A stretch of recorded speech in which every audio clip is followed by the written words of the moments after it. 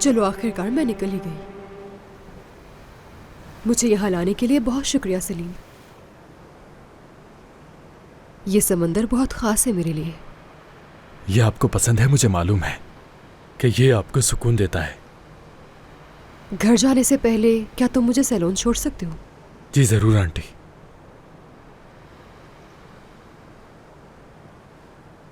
फारूक कहाँ है? कोई खबर है तुम्हें?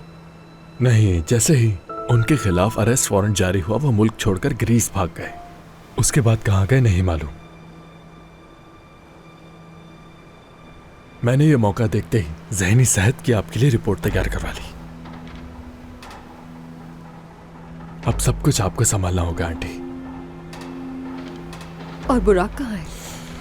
फारूक अंकल ने कुछ कंपनीज उसके नाम ट्रांसफर कर दी। मैंने उसे मुल्क से बाहर भेज दिया ताकि उसे ये सब कुछ ना देखना पड़े। जब उसकी बेगुनाही साबित हो जाएगी वो वापस आ जाएगा। शुक्र है कि वो ठीक है, और कुछ नहीं चाहिए मुझे। मैं नहीं चाहती कि किसी इल्जाम का सामना करे वो। इस बात को यकीनी बनाओ सलीम। जी अभी तक उनकी ज्यादातर चीजों पर कब्जा नहीं हुआ है और फिलहाल सब कुछ अभी के लिए आपके इख्तियार में आ चुका है।